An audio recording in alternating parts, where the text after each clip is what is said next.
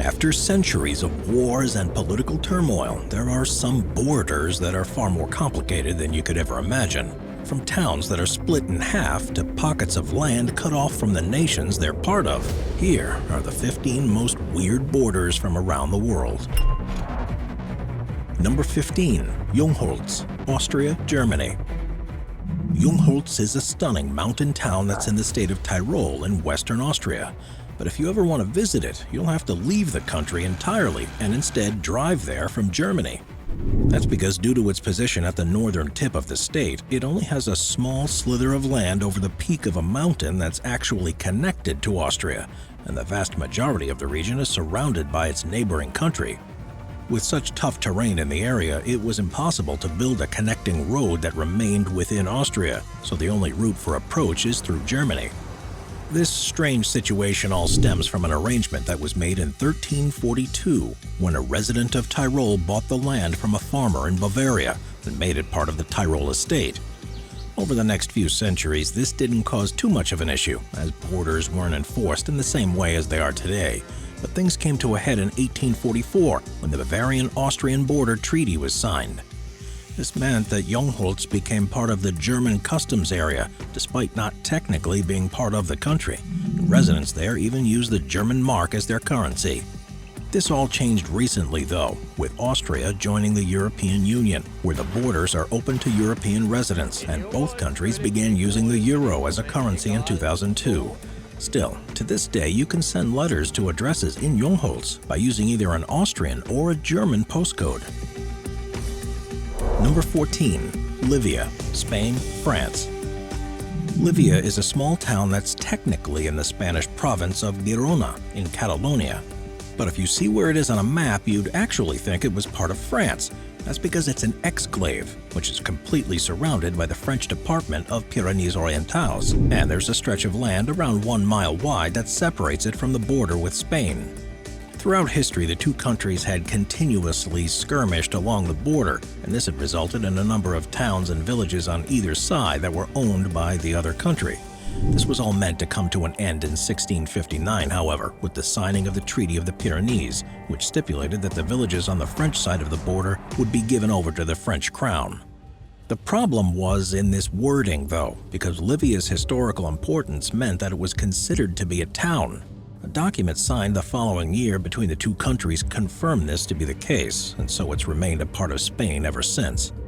Today, as both countries are part of the EU, there are no issues with crossing borders, so the unusual arrangement no longer causes any problems for residents. But the fact that Livia is completely surrounded by France means that Spanish police aren't able to operate there in the same way they do elsewhere. So Livia has become somewhat of a refuge for political activists, particularly those who are campaigning for Catalonia to gain its independence from Spain. Number 13. Hong Kong, Macau.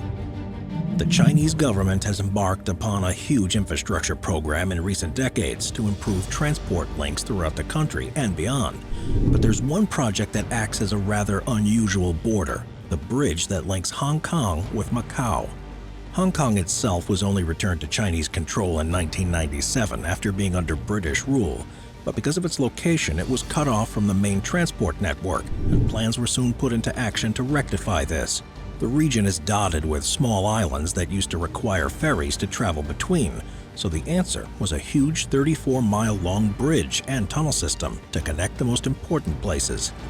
Completion of the bridge was one of the world's greatest engineering accomplishments and required the construction of artificial islands and the development of new technologies to make it possible. There was one problem, however. In China, vehicles drive on the right side of the road, but in Hong Kong they drive on the left.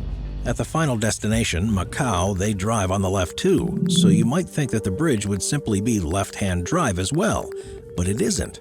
Because it technically crosses into the Chinese province of Zhuhai for most of its length and has several connecting bridges with the mainland, drivers have to pass through crossing viaducts to switch between left and right-hand drive once they join the bridge in Hong Kong, and then do the same thing in reverse if they travel the entire length and reach Macau.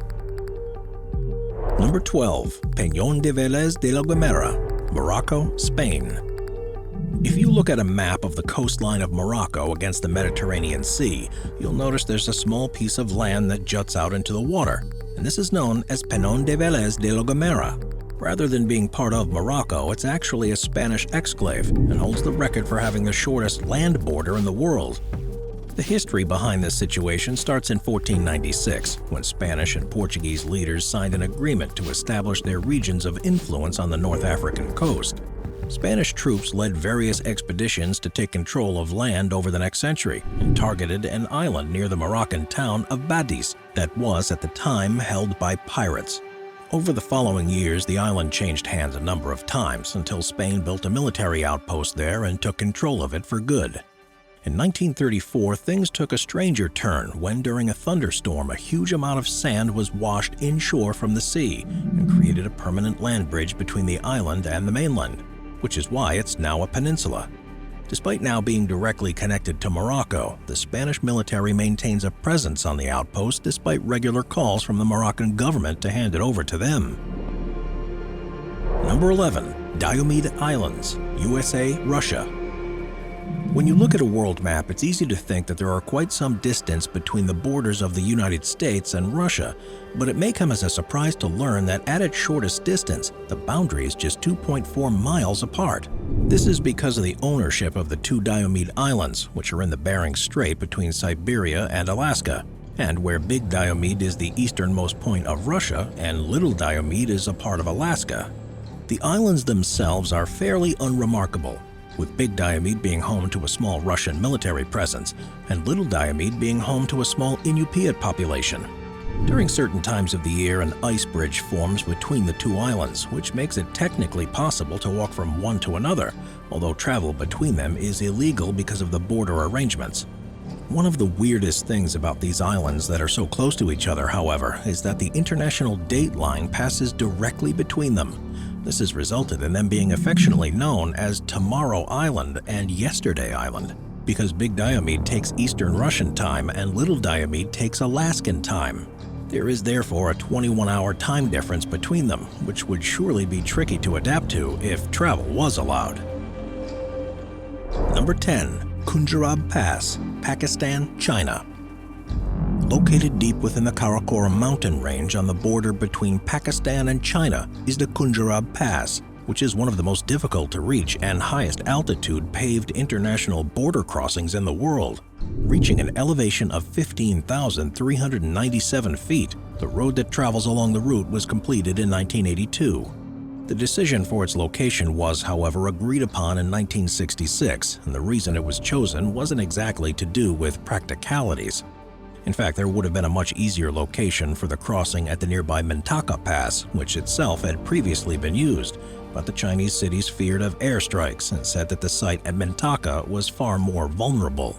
They argued that because it was so much steeper, the Khunjerab Pass was a more secure option, and the Pakistani planners had no choice but to agree. On the Pakistani side of the border, the pass is a 26-mile winding road into the mountains from the nearest checkpoint, while on the Chinese side it's 81 miles from the nearest city. It's a treacherous route to take and is often completely covered in snow, which makes it even more impractical because as a result it's normally closed to all vehicles between December and April each year. Number 9. Liberty Island, New York, New Jersey. It's one of the most famous landmarks in the entire world, and while the Statue of Liberty may well have been one of the first sights seen by immigrants who arrived in New York by boat, most people don't think of it as the site of a huge border dispute. Located on Liberty Island in Upper New York Bay, it's part of New York State and is classified as being within the borough of Manhattan, despite being surrounded by waters that are the territory of Jersey City. This has been a point of contention since 1664, when the colonial land grant was written with a clause that defined the border between the two territories, but left some ambiguity as to how it could be interpreted. With increasing ferry services in the area, New York City wanted to establish the island as being a part of it, so sought a court order in 1824 to do so.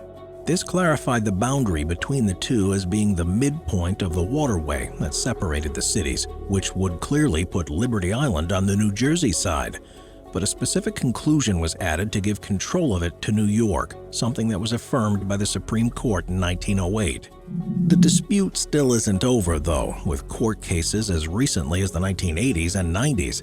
For now, the two sides appear to have come to an arrangement they seem to be happy with, but this is all liable to change in the future when new politicians take the helm.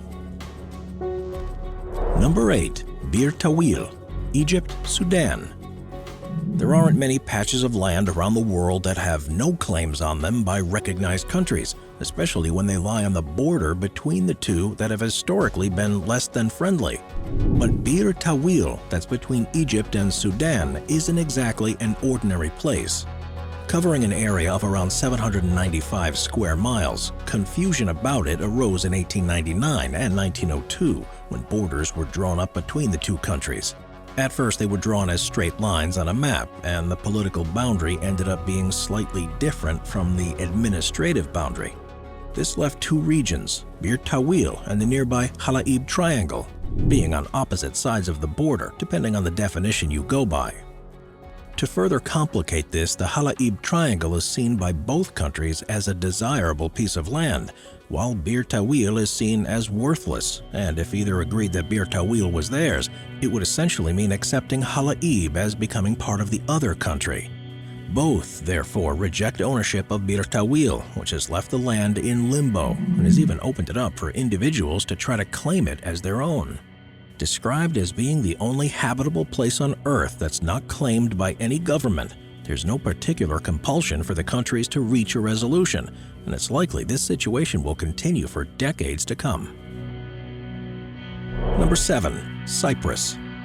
Cyprus is an island country in the Mediterranean Sea that's close to Turkey, Syria, Greece, Israel, Lebanon, and Egypt. With archaeological evidence of some of the oldest human activity in the region, it's changed hands a number of times, but was formally annexed to become its own country in the 1960s. This raised a number of problems, though, with the competing interests of Turkish Cypriots and Greek Cypriots.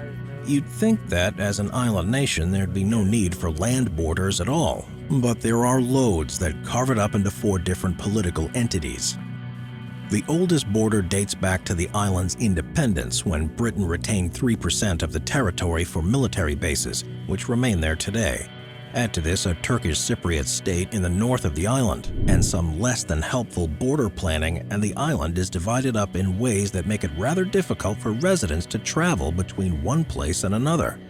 There's also the Green Line, which is a UN-administered buffer zone between the north and the south, where the country's international airport is located, and a Turkish Cypriot town called Erenköy, which is completely isolated on its own on the west coast. Number 6. Hôtel Arbet, France, Switzerland.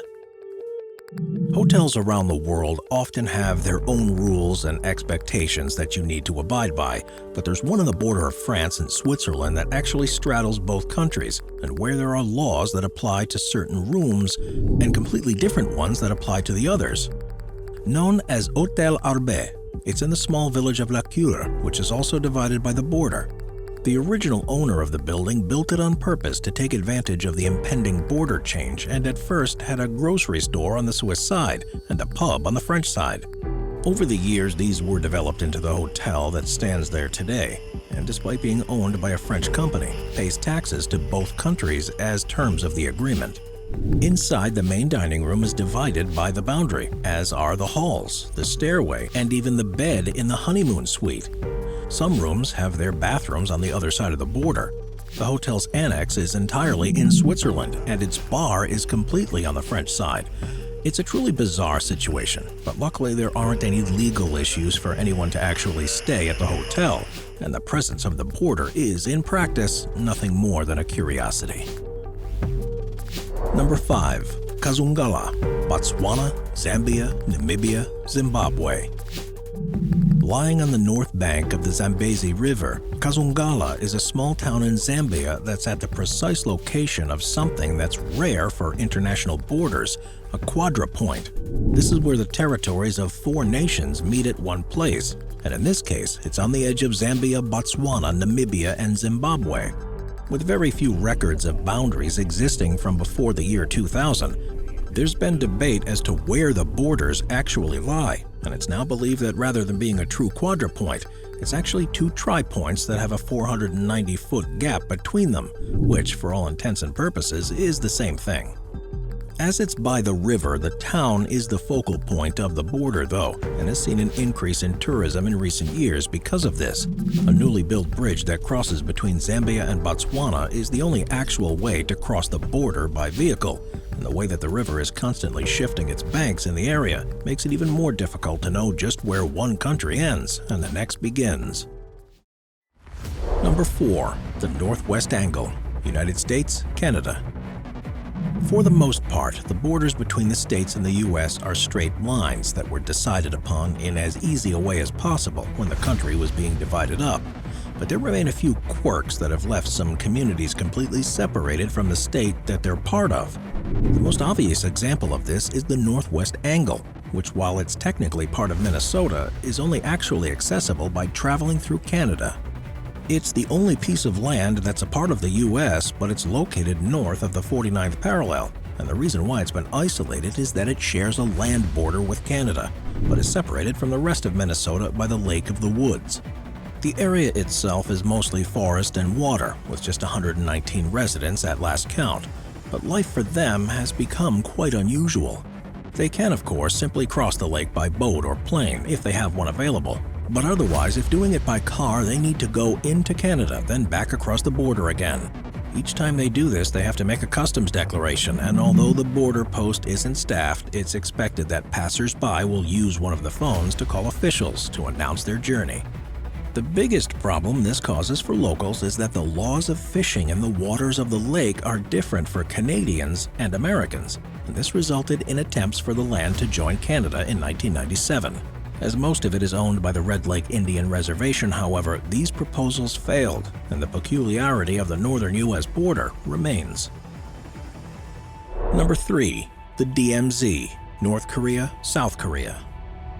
Ever since the Korean Armistice Agreement in 1953 brought an end to the fighting in the Korean War, the peninsula has been split in half along the 38th parallel. Technically, the two sides have never made peace, and this means that the border between them is one of the most militarized places on Earth, with a particular focus being on the 160-mile-long and 2.5-mile-wide demilitarized zone. No side is allowed to enter it and has built armaments along their respective border with it, but there's one place that's set aside for negotiations, which is called the Joint Security Area. At that site is a small town with a conference room and accommodations, and it's there that meetings continue to take place to try to reduce tensions. The DMZ as a whole is one of the strangest borders in the world, where you'll often hear loudspeakers broadcasting propaganda from either side. It's also been the site of skirmishes over the years, and even attempts by the North to build secret tunnels underneath it to launch surprise attacks on the South. Hopefully, one day the need for such extreme measures will pass, but for now, the DMZ is crucial in keeping hostilities in the region to a minimum. Number 2. Baarle-Nassau, Netherlands-Belgium. The town of Baarle-Nassau is in the southern Netherlands on the border with Belgium, and it's here that you'll find what's probably the most complicated border setup in the world. The wider region is split into 26 different pieces of land, which have left 22 Belgian exclaves that sit on the Dutch side of the border, and 6 Dutch exclaves that are within the largest of those Belgian exclaves. This has left a situation whereby there's land within the Netherlands that's owned by Belgium, but within that there's other pieces of land that are owned by the Netherlands. And if you think that's confusing, then you should see the markings on the roads in the town. White crosses and iron pins in the ground denote the complicated passage of the border through Baarle-Nassau, and the houses are decorated differently depending on which side they're on. It's all a result of treaties, agreements, and land swaps that took place as far back as medieval times. And fortunately, both countries are now part of the European Union, so there are no longer any issues for locals or visitors who cross the border as part of daily life. Number 1. Wagah border, India, Pakistan. The village of Wagah is located in the Wagah zone of Lahore in Pakistan, and is just 2,000 feet to the west of the country's border with India. As such, it's a vitally important trade route for the two countries and has become popular with visitors too, because it's where you'll find the most elaborate border ceremony in the world. The countries, of course, have had a tough history with one another, and when the border was opened in 1986, it was decided that a ceremony should be carried out every day as a statement of peace between the two nations. 2 hours before sunset, the Pakistan Rangers and the Indian Border Force perform a flag ceremony as well as a marching ceremony alongside it. With dance-like maneuvers and colorful attire, the culmination of the event is the beating the retreat, when soldiers from each country bring down their respective flags. Watch our binge-watching playlist if you'd like to watch all of our most popular top 15 videos. Grab a drink, grab a snack, and get ready to binge.